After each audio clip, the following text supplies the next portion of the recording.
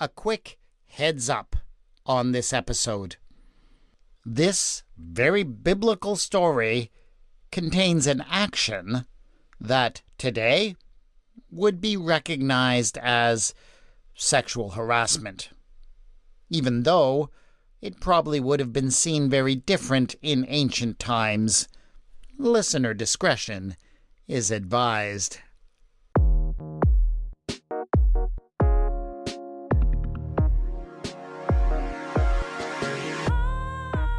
Now Abraham was old, advanced in years, and the Lord had blessed Abraham in all things.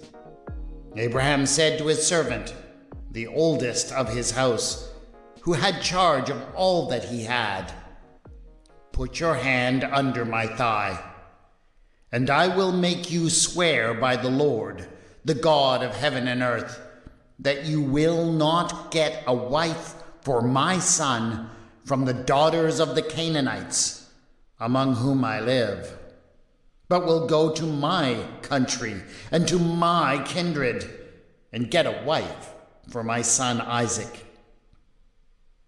The servant said to him, "Perhaps the woman may not be willing to follow me to this land.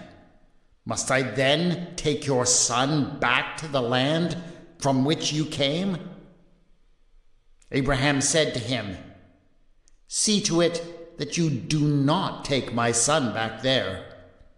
The Lord, the God of heaven, who took me from my father's house and from the land of my birth, and who spoke to me and swore to me, 'To your offspring I will give this land,' he will send his angel before you, and you shall take a wife for my son from there.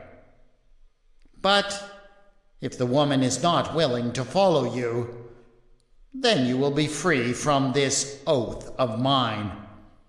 Only you must not take my son back there." So the servant put his hand under the thigh of Abraham, his master, and swore to him concerning this matter. In my last episode, after Mount Moriah, I remarked upon the strangeness of the relationship between Isaac and Abraham, following Abraham's attempt to make a sacrifice of his son. And one of the strange things about that relationship is the complete lack of contact between father and son throughout the whole process of Abraham setting up a marriage for Isaac. Of course, I do understand that marriages were generally arranged in that world, and parents didn't really care that much about their children's wishes regarding who they married. But surely you would think such a complete lack of contact must have been unusual. In today's episode, I turn to the beginning of Abraham making those arrangements, and I'm wondering, if I find it strange how Abraham behaved, what did the people actually involved in that story think? Abraham doesn't actually do anything personally about arranging the marriage.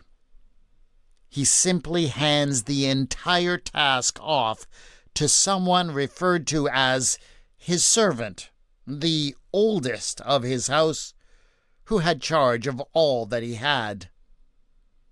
So I am, perhaps understandably, fascinated by this servant and what he might have thought about such a job. I'm also a little bit puzzled by who he is. You see, way back in Genesis, when God first starts making promises to Abram, he is of course known as Abram back then, the patriarch's first response is to say, "O Lord God, what will you give me? For I continue childless, and the heir of my house is Eliezer of Damascus, and you have given me no offspring, so a slave born in my house is to be my heir." I've always thought that this Eliezer, clearly one of Abraham's oldest and most trusted of servants, might just be the same servant that he sends off on this task in this story. Doesn't that seem likely? At least, that gives me a convenient name that I can use for him. And maybe just a little bit more than that. Maybe a few insights on what he might have been thinking through it all. This is Retelling the Bible.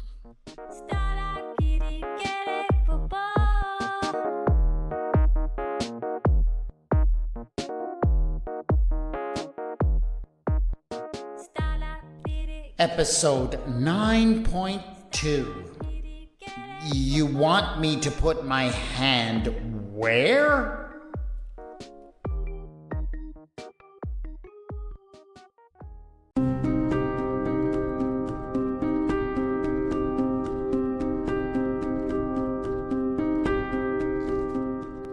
It was a long way to Aram Naharaim, and 10 heavily laden camels and a few menial servants didn't offer much in the way of conversation or companionship. Eliezer had a lot of time to think as he swayed along, perched on top of the lead camel in the train. He continually asked himself, how had he ended up in this position?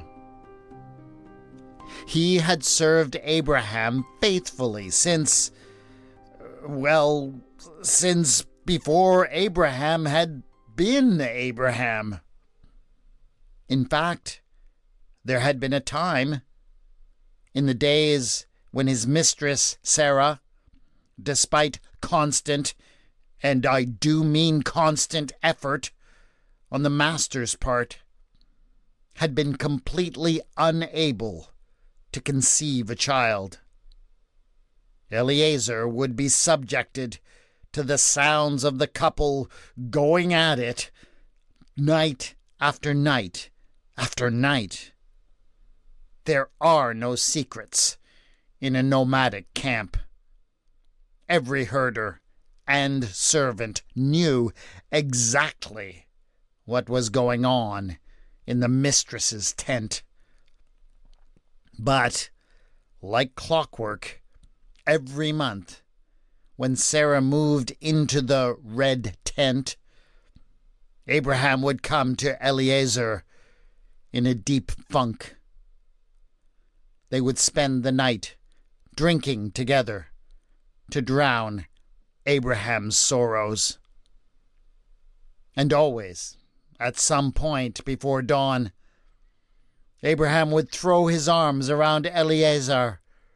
You know, you're a good friend, the best a man can have, he would say. Then he would gesture at the tents and herds around them and add, "Since the gods have not seen fit to give me a son, when I die some day, all this will be yours." Eliezer had never been quite sure if his master meant it. But that kind of talk does have a way of making a man dream. He started to see his master's possessions in a new light, as things that he was taking care of because he felt an ownership of them. This certainly helped to make him a better steward, but it also set him up for some deep disappointment.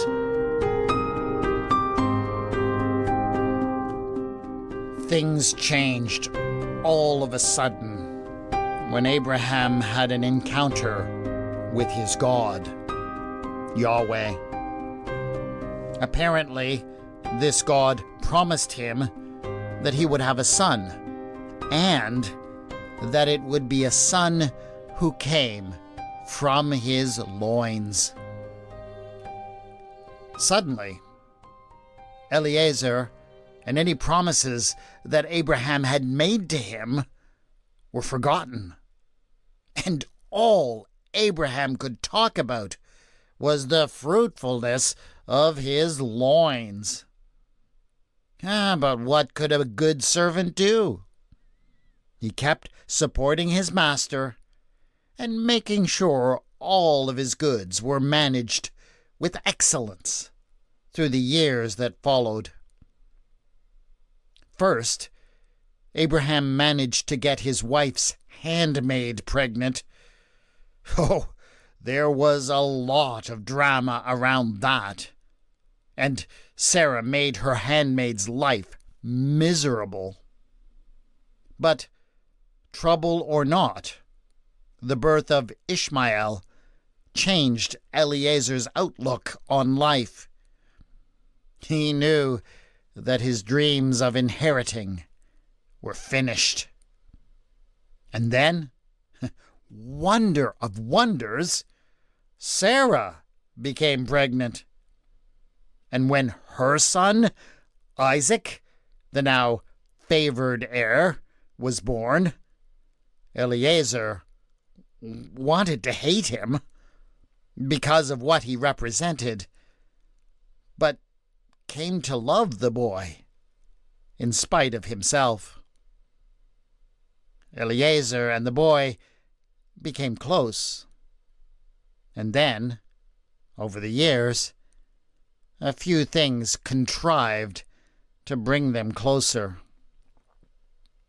After the horrific events on Mount Moriah, a wedge was driven between Abraham and Isaac.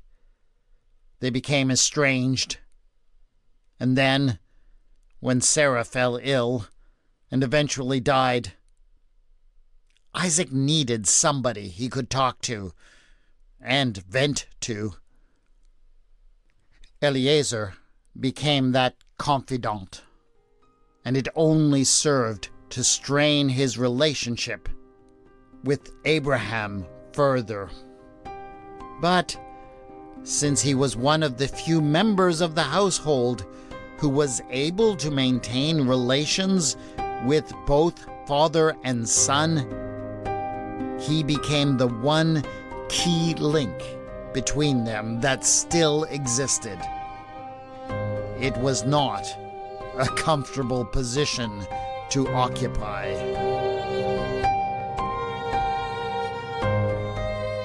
All of this was very much on Eliezer's mind when he received the summons from Abraham. Eliezer had been staying with Isaac, where he was living in Beer Lahai Roi. But his ultimate allegiance was still to his master. He left for Abraham's camp in Beersheba immediately. When, after a long and difficult journey, he finally arrived in the camp, Abraham was glad to see him. But he wasted absolutely no time on greetings and small talk. As soon as Eliezer entered his tent, Abraham looked up at him and said, "Put your hand under my thigh." "Excuse me, my lord?" Eliezer replied, somewhat taken aback, and wondering if he would have to report this to the HR department, or whether Abraham even had an HR department? Come on. You know exactly what I mean, Abraham responded. Get up in there in my loins and grab hold of my tallywhacker, cradle my cojones, and do it right now. I should have known, Eliezer said to himself. The old man is still obsessed with his own equipment, and at his age. Oh, yes, the old servant knew exactly what this was all about, and that this was not really a case of sexual harassment, though that, to make things clear, still doesn't make it acceptable. This was about Abraham's same old obsession with having a son that came out of his own loins. That singular achievement was the most significant thing he had ever done, as far as he was concerned. It wasn't even about Isaac himself. Abraham had barely had any relationship with the boy since the death of Sarah. This was just about the accomplishment of being able to produce a son. Any son would have done. Abraham had called Eliezer here to make an oath, not on the life of his son, not on the memory of his dearly departed wife Sarah, or her labor to bring Isaac into the world. He wanted him to swear on what he saw as the source of his own virility and power. So Eliezer did it. What else was he supposed to do? If the look of disgust on his face bothered Abraham, he didn't say anything about it.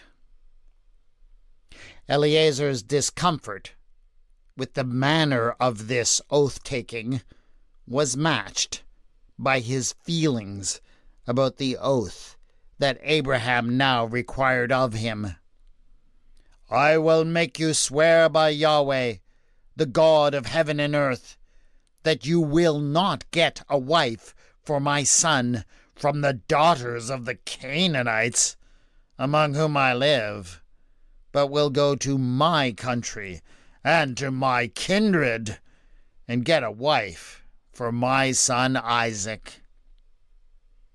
Well, at least now Eliezer understood why his hand was where it was. This was still about the same old obsession. Just like Abraham had been so concerned with having offspring from the seed of his own loins, he was now obsessed with making sure that that seed was not polluted by any of the people who, in his eyes, belonged to some inferior ethnicity. It all came down to keeping the issue of Abraham's loins pure. As someone who belonged to what Abraham clearly saw as an inferior ethnicity and unworthy of inheriting his property, Eliezer could not say that he was impressed by what Abraham was asking him to do.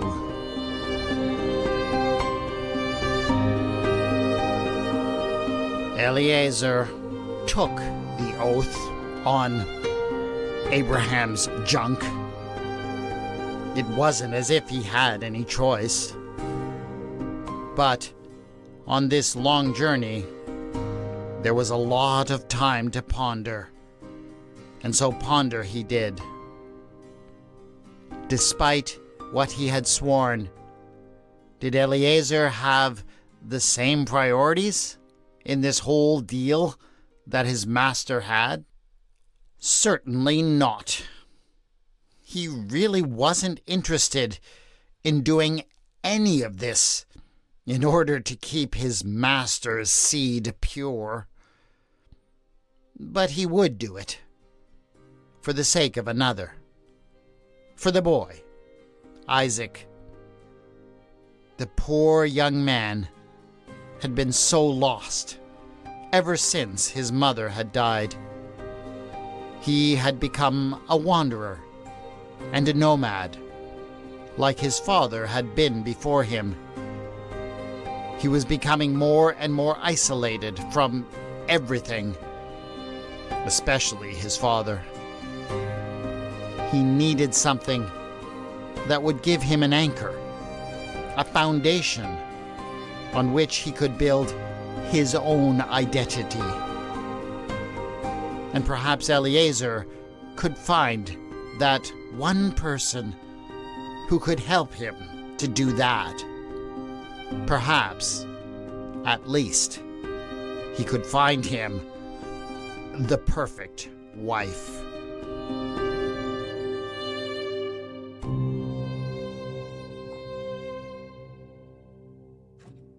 Oaths being sworn by placing one's hands upon a man's genitals are attested in a number of ancient Near Eastern societies. So, when Abraham tells his servant to place his hand under his thigh, he is almost certainly speaking euphemistically about his own private parts. As I have covered in some previous episodes, the Hebrew Bible has a curious habit of using euphemisms to refer to such things. What Abraham asks his servant to do might not have shocked ancient readers in the same way that it shocks us. So, as I looked at the story, something else stood out to me. In this case, the oath seems to connect to a particular obsession with the offspring coming from the genitals of Abraham that seems central to the Genesis story. And so that is something that I sought to reflect on. That is it for this episode of Retelling the Bible. Please subscribe so you can get the next regular episode in 2 weeks' time. The theme music for the podcast is Ada by Kevin MacLeod, and the mood music for this episode was Sehnsucht by Sasha End. The music is licensed in the Creative Commons and can be found at incompetech.com and at filmmusic.io, respectively. You can contact me on Bluesky at Retelling the Bible and on the Facebook page of the same name. Show notes for this episode have been posted at retellingthebible.wordpress.com. Thanks as always to my Patreon supporters. Go to patreon.com/retellingthebible to support this podcast. This is Retelling the Bible, and I am your storyteller, W. Scott McCandless.